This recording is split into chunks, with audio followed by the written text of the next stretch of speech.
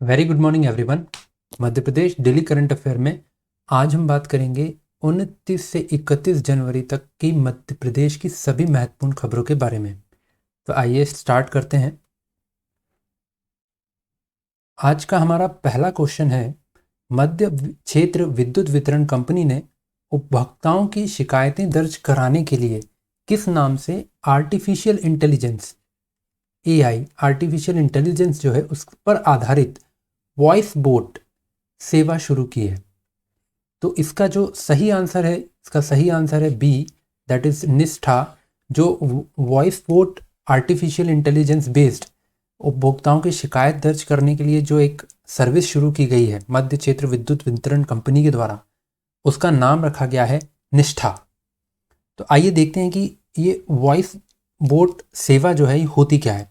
तो voice boat सेवा जो है वो एक अप्रत्यक्ष टेलीकॉलर है, मतलब दिखाई नहीं देगा, एक आर्टिफिशियल इंटेलिजेंस बेस्ड एक सर्विस है। तो इसका नाम रखा गया है आपका निष्ठा। पहला पॉइंट तो आपको ये क्लियर माइंड में रखना है याद कि जो artificial intelligence based telecaller service शुरू की गई है उसका नाम है निष्ठा। किस पर बेस्ड है? तो आर्टिफिशियल इंटेलिजेंस के ऊपर बेस्ड है और नाम है इसका निष्ठा। तो ये इसका काम क्या है कि ये जो उपभोक्ता हैं बिजली के, तो उनकी शिकायतें दर्ज करना, उनका निराकरण करना तुरंत, मतलब बहुत जल्दी रिकॉर्ड मेंटेन करना। और ये जो काम करता है ये काम करता है प्राकृतिक भाषा प्रसंस्करण तकनीक पे। किस पर काम करता है? प्राकृतिक भाषा प्रसंस्करण तकनीक के ऊपर के माध्यम से उपभोक्ताओं की शिकायतों को समझता है एवं उपभोक्ता द्वारा दिए गए इनपुट के आधार पर, जैसे आपने कभी कस्टमर केयर को कॉल लगाया हो तो उससे पहले वो पूछता है कि अगर हिंदी में आपको जानकारी चाहिए है तो 1 दबाएं, इंग्लिश में चाहिए है तो 2 दबाएं। इस तरीके से वो आपसे इनपुट लेते हैं। तो इन्हीं इनपुट के आधार पर यहाँ पर निष्ठा जो सर्विस स्टार्ट की गई है टेलीकॉलर की, वो ऐसे ही आपसे इनपुट लेंगे उपभोक्ताओं से और उसके आधार पर अपनी प्रतिक्रियाएं उपभोक्ताओं तक पहुंचाएंगे जो भी उनकी सर्विसेज हैं। तो क्लियर है वॉइस बोट है क्या आखिर में?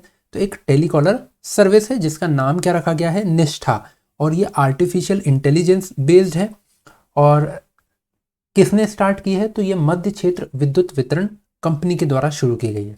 क्लियर है ये पॉइंट सारे?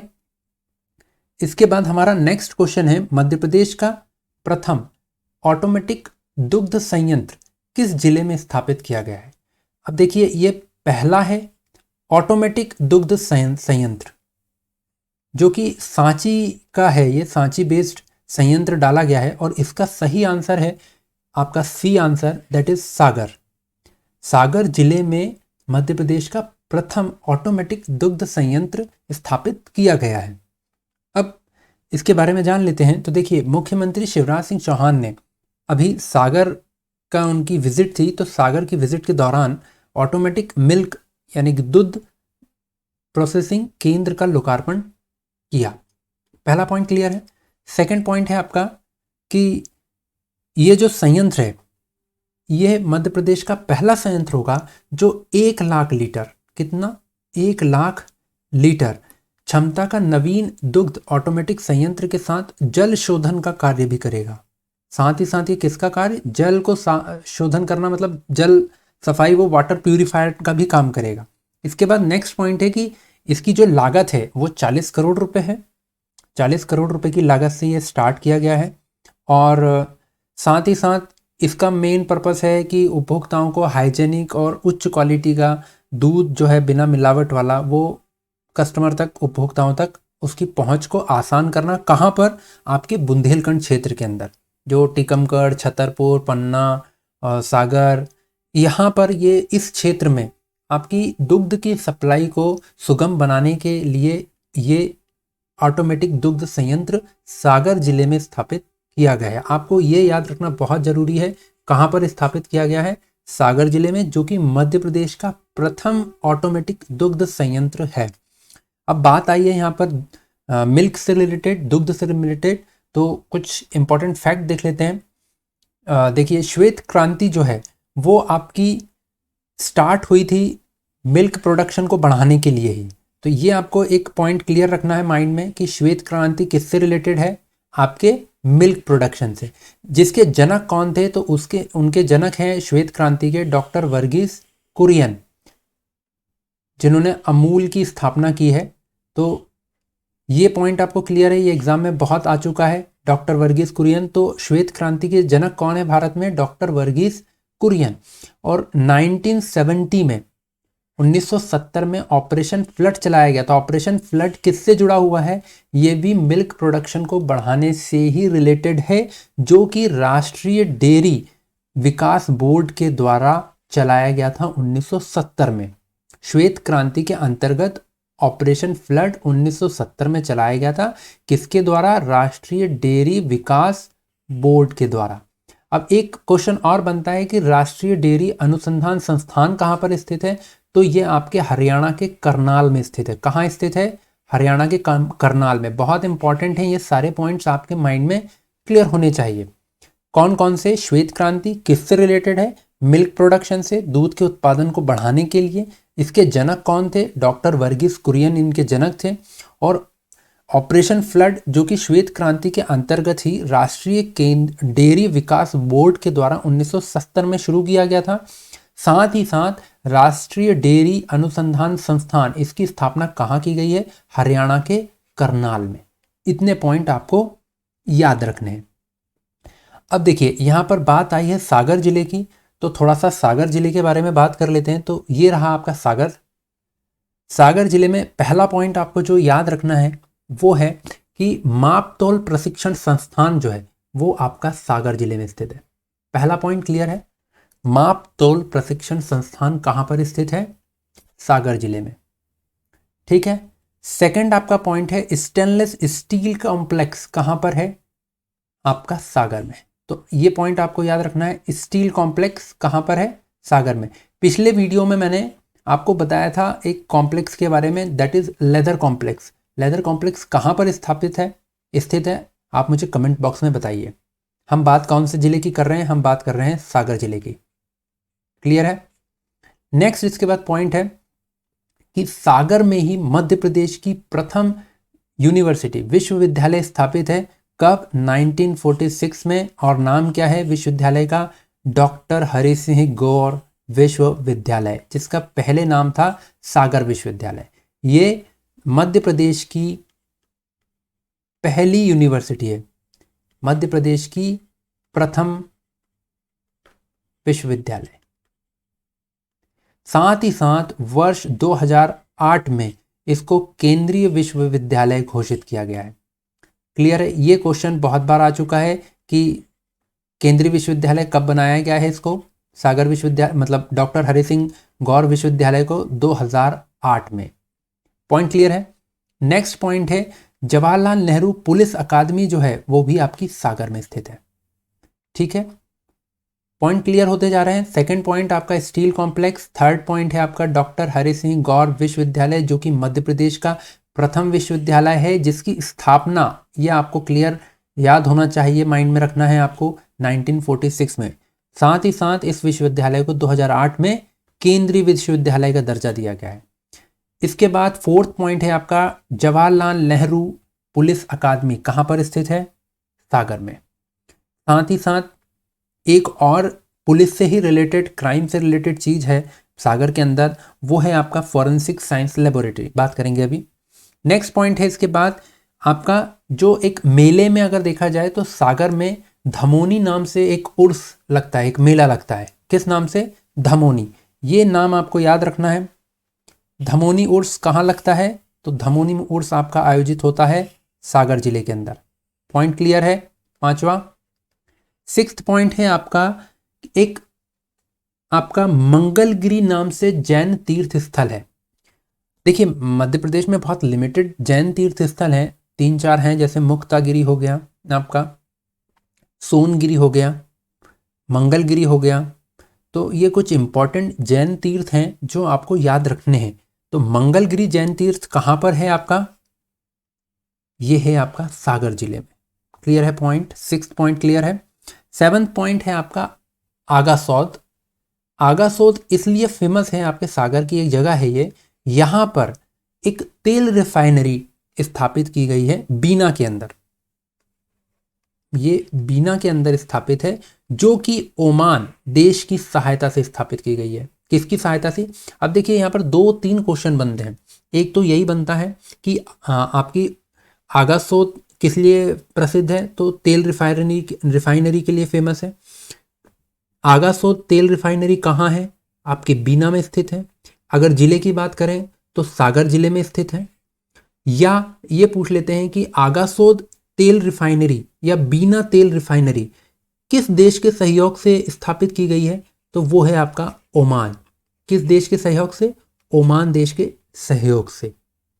नेक्स्ट है इसके बाद फॉरेंसिक साइंस लेबोरेटरी, जिसकी मैंने अभी बात की थी। तो देखिए, पुलिस से रिलेटेड या क्राइम से रिलेटेड 2 चीज़ें सागर जिले में हैं। एक सागर जिले में जो स्थित है वो है Jawaharlal Nehru police academy, very very important. Second is forensic science laboratory. Forensic science मतलब वो फिंगरप्रिंट और ब्लड के सैंपल, डीएनए वगैरह, इन सब से क्राइम सीन का एनालिसिस करना, वहाँ के एविडेंस वगैरह की जांच करना, उसकी लेबोरेटरी जो है वो आपके सागर में है। इसके बाद नेक्स्ट है आपका नौरादेही वन्यजीव अभ्यारण्य, very very important. Why important? ये 8 पॉइंट हो गया आपका फॉरेंसिक लेबोरेटरी। इसके बाद 9 पॉइंट है आपका नौरादेही वन्यजीव अभ्यारण्य। ये इसलिए बहुत ज़्यादा इंपॉर्टेंट हो जाता है क्योंकि ये सबसे बड़ा अभ्यारण्य है मध्य प्रदेश का, सबसे बड़ा अभ्यारण्य एरिया वाइज ये सबसे बड़ा अभ्यारण्य है मध्य प्रदेश का। पॉइंट क्लियर है? तो नौरादेही वन्यजीव अभ्यारण्य कहाँ स्थित है आपका? नौरादेही वन्यजीव अभ्यारण्य है सागर जिले में स्थित, जो कि मध्य प्रदेश का सबसे बड़ा, क्षेत्रफल की दृष्टि से सबसे बड़ा अभ्यारण्य है। आप मुझे कमेंट बॉक्स में बताइए कि अभी मध्य प्रदेश में नेशनल पार्क कितने हैं और सेंचुरीज कितनी है। ठीक है, इसके बाद लास्ट पॉइंट है हमारा मध्य प्रदेश से रिलेटेड, दैट इज एरंड। एरंड किस लिए प्रसिद्ध है? तो देखिए, सती प्रथा का जो सर्वप्रथम लिखित साक्ष्य अगर कहीं मिलता है तो वो आपको मिलता है सागर जिले के एरंड में। क्लियर है ये पॉइंट? देखिए, ये जो है आपका एरंड जो है, यहाँ पर जो आपके एक गुप्त साम्राज्य के राजा थे भानुगुप्त,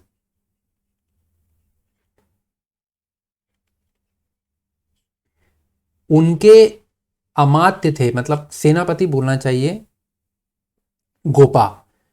उनकी यहाँ पर मृत्यु हो गई थी युद्ध के दौरान, जो कि भानुगुप्त के साथ आए थे। तो उनकी मृत्यु हो जाने पर उनकी पत्नी ने यहाँ पर मतलब उनकी पत्नी जो है वो एरंड में सती हुई थी, जिसी का लिखित साक्ष्य जो है वो आपको एरंड, सागर जिले के एरंड में सती का प्रथम लिखित साक्ष्य मिलता है। क्लियर है पॉइंट? इसके बाद सागर जिला कंप्लीट। सागर जिले में कोई डाउट? इतने पॉइंट आपको सागर जिले से रिलेटेड आपको माइंड में रखने हैं जो इंपॉर्टेंट हैं एग्जाम पॉइंट ऑफ व्यू से। इसके बाद नेक्स्ट हमारा क्वेश्चन देखते हैं कि हाल ही में मध्य प्रदेश के किस जिले को डिसेबल्ड फ्रेंडली बनाने की घोषणा की गई है? डिसेबल्ड फ्रेंडली दैट मीन्स जो दिव्यांगजन होते हैं उनके फ्रेंडली जिले को बनाया जाएगा। ऐसी मतलब चीज़ें की जाएंगी वहाँ पर सरकारी डिपार्टमेंट्स में और अलग अलग सरकारी जगहों पर, ताकि डिसेबल्ड जो पीपल्स हैं उनको शहर में ऑपरेट होने के लिए, जैसे कि बस को डिसेबल्ड फ्रेंडली बनाया जाएगा और भी अदर सर्विसेज को डिसेबल्ड फ्रेंडली बनाया जाएगा। तो ऐसा कौन सा जिला है जिसको बनाने की घोषणा की गई है? तो वो है आपका इंदौर जिला। इसका सही आंसर है सी, इंदौर जिले को डिसेबल्ड फ्रेंडली बनाने की घोषणा हाल ही में की गई है। अब जो आपके संदीप रजक हैं, ये आपके दिव्यांगजन आयुक्त हैं, निशक्त जन कल्याण आयुक्त हैं। तो ये अभी इंदौर की विजिट पे थे, जहां पर इन्होंने दिव्यांग लोगों को UDID कार्ड जारी करने की घोषणा की है कि उनको एक UDID कार्ड दिया जाएगा। ठीक है, यूनिक डिसेबिलिटी आइडेंटिटी कार्ड। तो इस कार्ड से क्या होगा कि उनको जो भी बेनिफिट्स हैं वो मिलने में आसानी होगी। पॉइंट क्लियर है। तो उन्होंने कहा है कि यूडीआईडी कार्ड होने से दिव्यांगजनों को बस किराए में छूट मिलने में आसानी होगी। पॉइंट क्लियर है। साथ ही साथ एक स्पर्श अभियान के माध्यम से इंदौर में कुल 20,232 निःशक्त जन चिन्हित किए गए हैं जिनको यूडीआईडी कार्ड देना है। पॉइंट क्लियर है यहाँ तक। आपको इस क्वेश्चन में एक ही पॉइंट जो बहुत ज़्यादा इंपॉर्टेंट है वो याद रखना है कि डिसेबल्ड फ्रेंडली जिला बनाने की घोषणा किस जिले को की गई है, तो वो है आपका इंदौर जिला। क्लियर है। नेक्स्ट पॉइंट देखते हैं। इसके बाद हमारा नेक्स्ट क्वेश्चन है, अब बात हुई थी देखिए यहाँ पर आपके इंदौर ज़िले की, तो थोड़ा सा इंदौर ज़िले को डिस्कस करते हैं। तो इंदौर ज़िले में आपका जो पहला पॉइंट है कि देखिए किसी भी ज़िले, अब ज़रूरी नहीं है कि हर ज़िले का प्राचीन नाम हो, लेकिन कुछ ज़िलों के प्राचीन नाम हैं। तो यहाँ पर इंदौर का भी प्राचीन नाम है। इंदौर को पहले इंद्रपुर या इंदूर या इंद्रेश्वर के नाम से जाना जाता था प्राचीन समय में। तो ये आपको नाम याद रखना है। इसमें सबसे ज़्यादा इंपॉर्टेंट है आपका इंद्रपुर या इंदूर। तो पहला पॉइंट क्लियर है, इंदौर का प्राचीन नाम इंद्रपुर या इंदूर या इंदेश्वर। क्लियर है। सेकंड पॉइंट है आपका इंदौर शहर की स्थापना जो है वो राव नंदलाल चौधरी ने की है। ये पॉइंट आपको माइंड में रखना है, बहुत इंपॉर्टेंट है। किसने इसकी स्थापना की है? तो इंदौर शहर स्थापित किया है राव नंदलाल चौधरी ने। कौन है इसके स्थापक? राव नंदलाल चौधरी। ये पॉइंट आपको माइंड में क्लियर होना चाहिए। इंदौर शहर किसने स्थापित किया है? राव नंदलाल चौधरी। क्लियर है। नेक्स्ट पॉइंट पे चलें। तो हमारा थर्ड पॉइंट है इंदौर से रिलेटेड कि आपका राला मंडल अभ्यारण्य जो है, this is also a very very important point. Ralamandal अभ्यारण्य, अभी हमने एक अभ्यारण्य डिस्कस किया जस्ट प्रीवियस स्लाइड में, दैट इज नौरादही अभ्यारण्य, जिसकी हमने बात की थी कि वो एरिया वाइज क्षेत्रफल की दृष्टि से सबसे बड़ा अभ्यारण्य है। राला मंडल जो कि इंदौर में स्थित है, ये क्षेत्रफल की दृष्टि से सबसे छोटा अभ्यारण्य है। क्लियर है पॉइंट। इसलिए ये बहुत इंपॉर्टेंट हो जाता है कि आपको ये माइंड में क्लियर रहना चाहिए। राला मंडल अभ्यारण्य स्थित कहाँ है? इंदौर जिले में, जो कि क्षेत्रफल की दृष्टि से मध्य प्रदेश का सबसे छोटा अभ्यारण्य है। पॉइंट क्लियर है। इसके बाद फोर्थ पॉइंट है हमारा आमिर खां संगीत समारोह जो है वो इंदौर में आयोजित किया जाता है। ये क्वेश्चन बहुत बार पूछा जा चुका है एग्जाम्स में एमपी के। आमिर खां संगीत समारोह कहाँ आयोजित किया जाता है? इंदौर शहर में। क्लियर है। नेक्स्ट है इसके बाद गोम्मटगिरी। अभी हम बात कर रहे थे प्रमुख जैन तीर्थों के बारे में, तो अभी हमने बात की थी आपके मंगलगिरी की, सागर जिले के अंदर। और यहाँ पर देखिए इंदौर जिले में आपका है गोम्मटगिरी जैन तीर्थ। तो गोम्मटगिरी जैन तीर्थ कहाँ स्थित है? आपका इंदौर में। फिफ्थ पॉइंट क्लियर है। अब आप मुझे कमेंट बॉक्स में बताइए कि मुक्तगिरी जो है, ये भी एक जैन तीर्थ ही है मुक्तगिरी, ये मध्य प्रदेश में किस जिले में स्थित है? क्लियर है। और साथ ही साथ आप कमेंट बॉक्स में मुझे बताइए सोनगिरी कहाँ स्थित है? ये भी जैन तीर्थ स्थल ही है। ये दोनों स्थल जैन तीर्थ कहाँ पर स्थित हैं? आप मुझे कमेंट बॉक्स में इसका आंसर बताइए।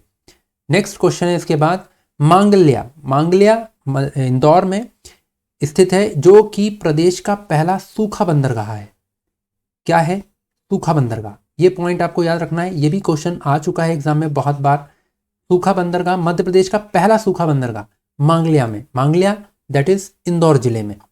ठीक है। ड्राई पोर्ट मतलब जहां पर सामान का आना जाना होता है। देखिए एक होता है बंदरगाह जो समुद्र किनारे लगा होता है, जहां पर समुद्र के सहारे मतलब सामान का आवाजाही होती है।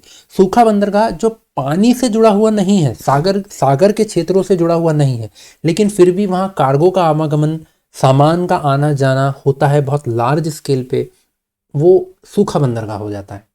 ठीक है, क्योंकि वो पानी से दूर है, लेकिन फिर भी एज ए बंदरगाह, एज ए पोर्ट, वहाँ पर सामान की आवाजाही लार्ज स्केल पे होती है। क्लियर है पॉइंट। इसके बाद नेक्स्ट है आपका पारसी क्रिकेट क्लब मध्य प्रदेश का। सेवंथ पॉइंट क्या है आपका? पारसी क्रिकेट क्लब, जो कि मध्य प्रदेश का पहला क्रिकेट क्लब है। ठीक है, इसीलिए ये इंपॉर्टेंट हो जाता है। इसकी स्थापना कब हुई है? इसकी स्थापना हुई है आपकी 1880 में। क्लियर है पॉइंट। नेक्स्ट चलते हैं। नेक्स्ट पॉइंट है आपका महू। महू जो है वो आपका इंदौर शहर में स्थित है, इंदौर जिले के अंदर आता है। ठीक है, इंदौर जिले के अंदर आता है महू। दूसरा पॉइंट, महू का अब जो नया नाम है वो है डॉक्टर भीमराव अंबेडकर नगर। क्लियर है। साथ ही साथ जो एक क्वेश्चन बार बार पूछा जाता है एमपी के एग्जाम में, छाता उद्योग कहाँ पर है? मध्य प्रदेश का एकमात्र छाता उद्योग कहाँ स्थित है? आपके महू में स्थित है। क्लियर है ये point. 7 point clear, 8 point clear है आपका। चलिए इसके बाद नेक्स्ट देखते हैं। नेक्स्ट है हमारा कि एक हिंगोट प्रथा चलती है मध्य प्रदेश के अंदर, वो किस जिले में होती है? तो हिंगोट प्रथा जो है वो आपकी आयोजित होती है गौतमपुरा, इंदौर के गौतमपुरा में।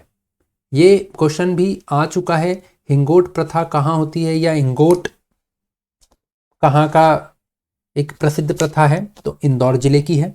पॉइंट क्लियर है। इसके बाद नेक्स्ट है जो एक क्वेश्चन पूछा गया था मध्य प्रदेश के एमपीपीएससी स्टेट सर्विसेज एग्जाम में, वित्त निगम कहाँ स्थित है? तो ये आपका इंदौर जिले में स्थित है, जिसकी स्थापना, आपको ईयर याद रखना बहुत जरूरी है। क्यों? क्योंकि ये क्वेश्चन एक बार पूछा जा चुका है, वित्त निगम कहाँ स्थित है, तो हो सकता है सेकंड टाइम आपसे पूछ लें वित्त निगम की स्थापना कब हुई है। साथ ही साथ आप सबको पता है कि एमपीपीएससी का ऑफिस जो है वो भी आपका मध्य प्रदेश के इंदौर में ही स्थित है। आप मुझे बताइए कि कौन सा आर्टिकल, अनुच्छेद किसी राज्य में मध्य प्रदेश लोक सेवा आयोग या मतलब लोक सेवा आयोग, राज्य में लोक सेवा आयोग स्थापित करने के लिए सरकार को शक्ति देता है? अनुच्छेद बताइए आप मुझे। ठीक है, इसके बाद नेक्स्ट पॉइंट है हमारा महात्मा गांधी मेमोरियल चिकित्सा महाविद्यालय। ये बहुत पुराना विश्वविद्यालय है, महाविद्यालय है चिकित्सा का। 1948 में इसकी स्थापना हुई है। क्लियर है।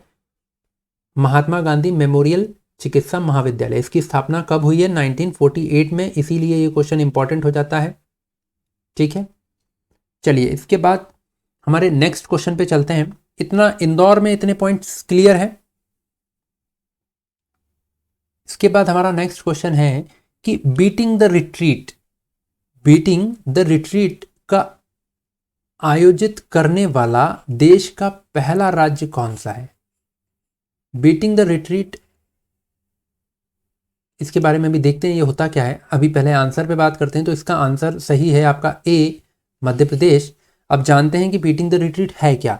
तो देखिए बीटिंग द रिट्रीट होता क्या है कि जब युद्ध होता है आपका, तो जैसे मान लीजिए कि युद्ध हो रहा है और युद्ध के बाद रात में तो युद्ध लड़ा नहीं जाता है, तो युद्ध के बीच में जब सैन्य टुकड़ियां सूर्यास्त पर वापस अपने कैंपों में आती हैं, ठीक है, जब सूर्यास्त हो जाता है, युद्ध विराम होता है, तो उस समय अपने अपने कैंपों में आती है और तब युद्ध के तनाव, जो भी उनका टेंशन है, जो भी मतलब चल रहा है युद्ध के दौरान में, उसको कम करने के लिए मनोरंजक बैंड वादन किया जाता है और इसी को बीटिंग द रिट्रीट कहा जाता है। ठीक है, जो कि गणतंत्र दिवस के कार्यक्रमों में औपचारिक समापन का प्रतीक माना जाता है।